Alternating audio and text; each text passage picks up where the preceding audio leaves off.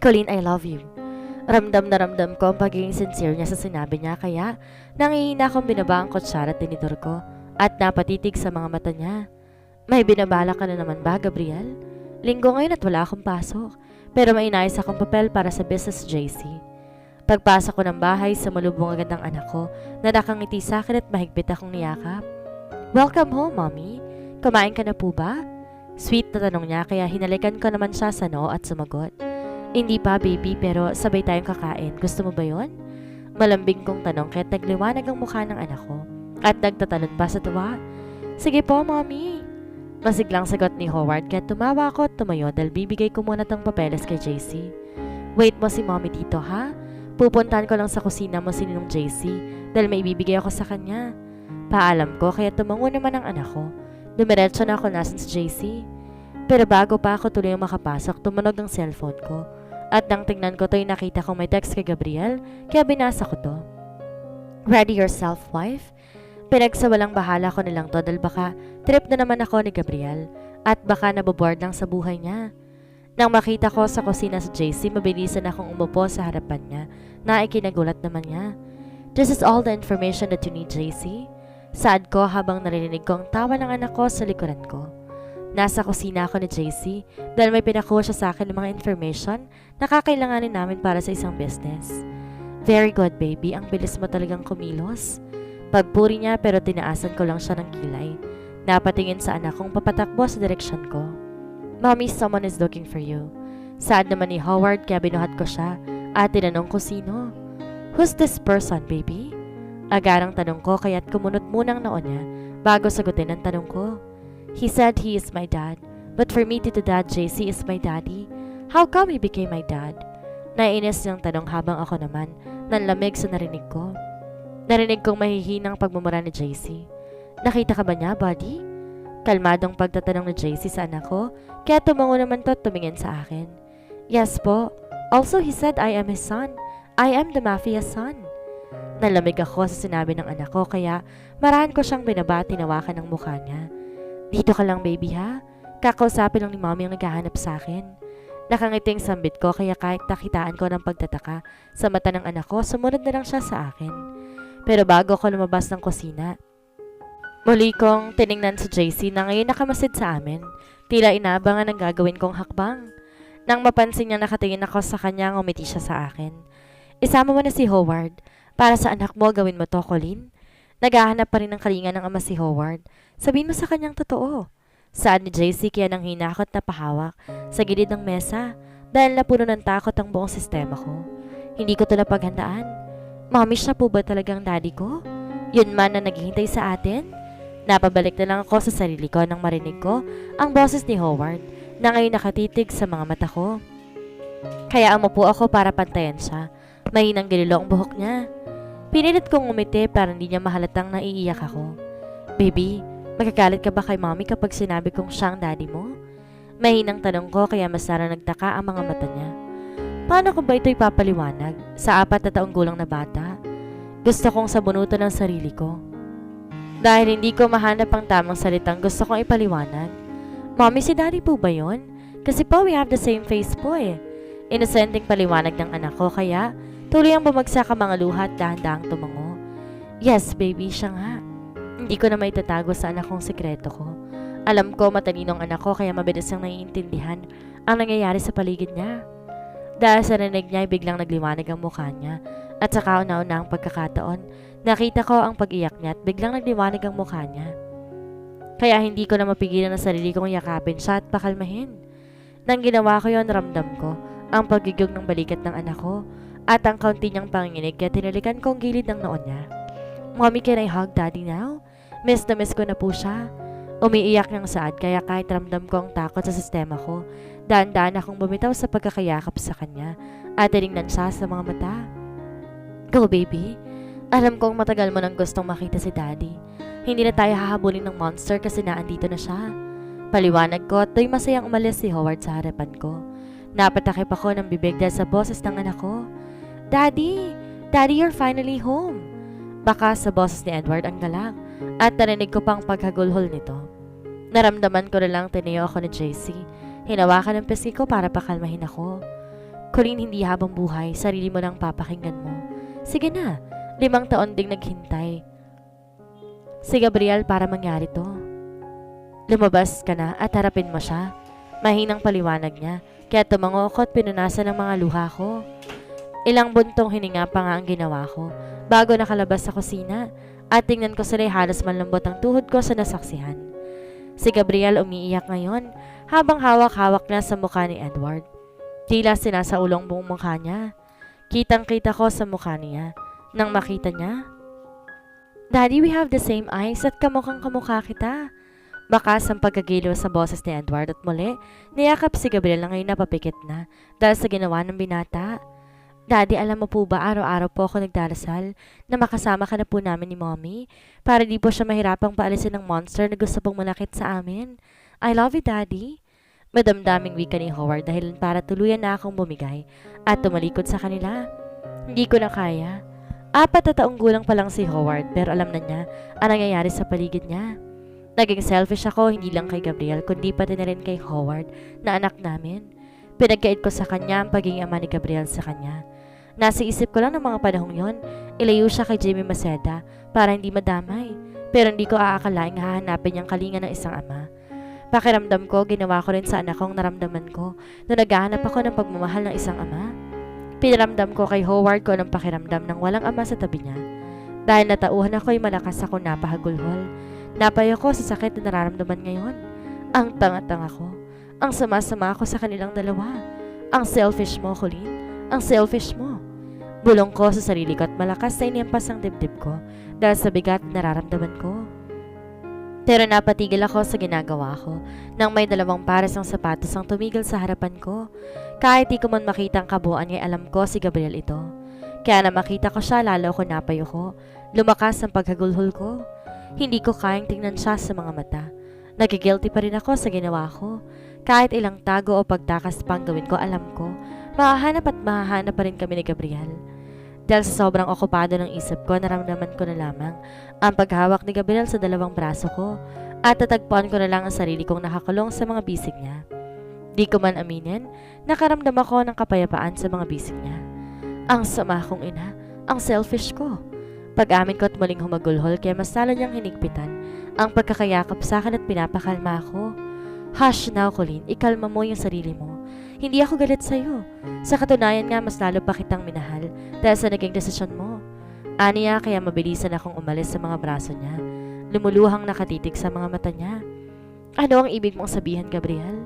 Nagtataka kong tanong. Kaya ngumiti siya tinawakan ng mukha ko, sabay titig sa akin ng diretso. "Tama lang ginawa mo para sa anak natin, Colleen. Tama lang na itago mo muna siya habang di pa nahuhuli si Jimmy Maceda. Tama lang na itago mo siya sa akin ng 5 taon na nakakalipas. Tamang ginawa mong desisyon." Mahaba niyang litanya kaya hindi ko maiwasang umiyak muli. "Bakit ka ganyan, Gabriel? Hindi ba dapat galit ako sa'yo? Bakit unti-unti mo namang natitipag ang pader na ginawa ko para sa ating dalawa? But 5 years is enough, wife. 5 years is enough. Kailangan ko nang balikan ang dapat kong balikan. 5 years is enough to the 3 of us. Let's go home now." "Mommy, wake up!" Bigla ako nagising sa sigaw ng anak ko.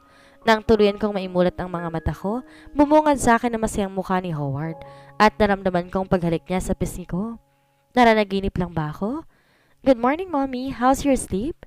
Nakangiting tanong niya kaya't nilibot ko munang paningin sa buong kwarto. Naging pamilyar to dahil kwarto pala to ni Gabriel. Ibig sabihin hindi ako nananaginip? Talagang sumama kami sa pag-uwi kay Gabriel. "Mommy, are you okay? May masakit po ba sa'yo?" Nabalik na lang ako sa diwa ko nang yakapin ako ni Howard. At tignan ko siya'y punong-puno ng pag-aalala ang mukha niya. Nagulat lang si Mommy, baby, kasi nakauwi na tayo. Pagdadahilan ko kaya muling lumiwanag ang mukha ng anak ko. "Mommy, safe na tayo kasi nandito na si Daddy sa tabi natin, di ba? Di na tayo hahabulin ng monster, di ba?" Inosenteng tanong niya kaya tumango ako. Tumango bilang sagot sa mga katanungan niya. "Hindi na tayo hahabulin ng monster, baby, kasi paprotektahan na tayo ni Daddy. Di na tayo tatakbo o magtatago kapag nandiyan yung monster kasi paaalisin na siya ni Daddy." Nakangiting saad ko kaya mas lalo lumawak ang ngiti ng anak kong nagtatalan sa tuwa. "Mommy, are we finally home?" Parandalian akong natigilan sa naging tanong niya. Saglit ako napaisip dahil sa narinig ko kay Howard. At nang tignan kong muli ang anak ko'y kitang-kita ko Ang saya sa mga mata niya. Yes, we're finally home. Nilibot kong mata ko sa kabuuan ng bahay. Masasabi kong maaliwalas at magandang naging disenyo. Napangiti ako dahil ito ang design na pinag-usapan namin ni Gabriel bago magkandaletse-letse ang lahat. Naalala pa pala niyang lahat, maski ang mga maliliit na detalye na sinasabi ko sa kanya noon. Pero sa mga oras na to, nalilito pa rin ako sa nangyari 5 taon na nakakalipas. Alin ba talaga ang totoo? Naging totoo ba talaga sa akin si Gabriel noong magkasama pa kaming dalawa? Kaya ko bang sumugal ngayon lalo na't may anak na kami? Kaya mo na ba, Colleen? Handa ka na ba ulit? Pero nawala lahat ng katanungan ko sa sarili ko nang maramdaman kong may umakap sa bewang ko at tinalikan ako sa pisngi dahilan para magulat ako. Good morning, wife. Bulong ni Gabriel kahit nakaramdam ako ng kakaiba sa tiyan ko at muling bumilis ang tibok ng puso ko. Mga alis ako sa pagkakayakap pero bigla akong pumasok si Howard. Tuwang-tuwa sa nakikita niya. Good morning, mommy and daddy. Masiglang bati niya at tumakbo papunta sa amin para makisali sa yakapan namin ng ama niya. Kaya narinig ko tuloy ang pagtawa ni Gabriel. Good morning, baby. Bati ni Gabriel at nagpapasalamat naman ako. Dahil bumitaw na ako sa pagkakayakap niya sa akin at kay Howard naman, napunta ang atensyon niya. Kaya pinagmasdan ko lang silang dalawa. Magluluto lang ako ng agahan natin. Paalam ko kaya tumingin sa akin si Gabriel. Pero tumalikod na ako at hinintay ang sagot nila. Alam ko naman na susunod silang dalawa. Nang makapunta ng kusina, sinimulan ko ng ihanda ang mga dapat kong lutuin. Ang una kong binabahay ang ham, hotdog at tocino. Ito pa kasi ang available sa ngayon. Siguro mamaya pa mamimili si Gabriel ng mga karne. Habang pinapakuloan ko ang tocino, sinimulan ko namang tanggalan ng plastic ang hotdog at sinalang ko to sa frying pan. Habang ginagawa ko to, narinig ko naman ang boses ng mag-ama ko at pinakinggan ko lang to. Baby, nakapag-enroll ka na ba? Dinig kong pagtatanong ni Gabriel kaya't inabangan ko naman ang sagot ng anak ko. Hindi pa po, daddy. Promise kasi sa akin ni mami na kasama ka pa po kapag papasok pa po ako ng school. Daldal ni Howard kaya't napailing na lang ako. Narinig ko pang pagtawa ni Gabriel dahil sa narinig. Why daw, baby? Pangulit ni Gabriel, kaya nang tignan ko saglit ang dalawa, nakita ko pang napahawak sa baba si Howard na akala mo nag-iisip ng sasabihin niya. Kasi po, love at namimiss ko na po ikaw, mommy. Pag-amin ng anak ko dahilan para matigilan ako at mapamewang sa narinig ko. Anak ng, bakit ang daldal ng batang to ngayon? Balak niya ba talagang ilaglag ako sa ama niya? Howard. Tawag ko sa anak ko kaya't sa akin naman bumaling ang paningin nila. Ngumiti ako ng malawak para pakita sa anak ko na wag dumaldal sa kung ano-ano sa ama niya. Pero tila yata hindi niya nakuha ang gusto kong ipahiwatig dahil muli itong nagsalita. Alam mo po ba, daddy? Lagi pong umiiyak si mommy gabi-gabi kasi miss na miss na raw po kayo. Akala niya po tulog pa po ako pero hindi niya po alam gising po ako at narinig ko po yung mga sinasabi niya.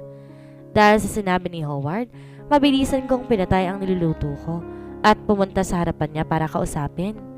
Nakaramdam pa nga ako ng panginig dahil kakaibang tingin sa akin ngayon ni Gabriel.